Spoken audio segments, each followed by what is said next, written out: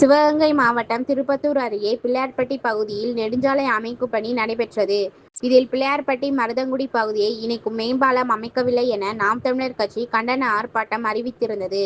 அதன் அடிப்படையில் வட்டாட்சியர் அலுவலகத்தின் சமாதான கூட்டமும் நடைபெற்றது. அதில் கள ஆய்வு செய்து நடவடிக்கை எடுப்போம் என கூறிய நிலையில் நெடுஞ்சாலைத்துறையினர், வருவாய்த்துறையினர் நேற்று ஆய்வினை மேற்கொண்டனர். ஆய்வின் அடிப்படையில் உயர் அதிகாரிகளுடன் கலந்து ஆலோசித்து மேம்பாலம் அமைத்து தருவதாக தெரிவித்ததின் பேரில் தற்காலிகமாக கண்டன ஆர்ப்பாட்டம் ஒத்திவைக்கப்பட்டது. இதில் 9 கிராமத்தின் பொதுமக்கள் உட்பட நாம் தமிழர் கட்சியினர் பலர் கலந்து கொண்டனர். மக்கள் நேரம் செய்திகளுக்காக ஐஸ்வர்யம் அண்ணாதுரை.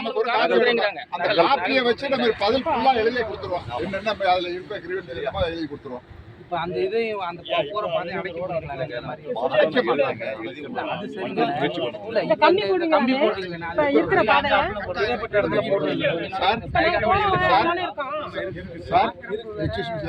இப்போதைக்கு அந்த ரோட இப்போதைக்கு எதுவும் அடைச்சிடாது.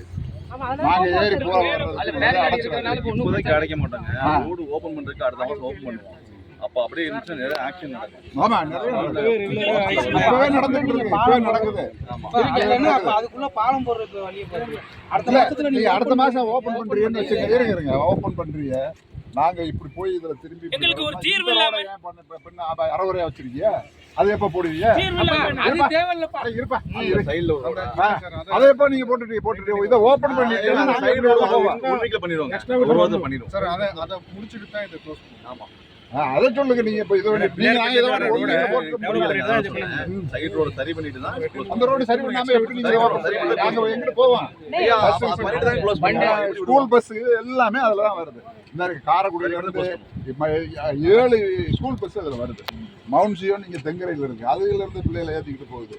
மகரிஷி Vidyalaya, Chellappan Vidyalaya, public Chettinad public school, leader school எல்லா வேணும் இதுல வருது. பிள்ளைகளை ஏத நாங்க உங்களுக்கு இந்த வேன்லாம் வர்றதை நான் எழுதி தர்றேன்.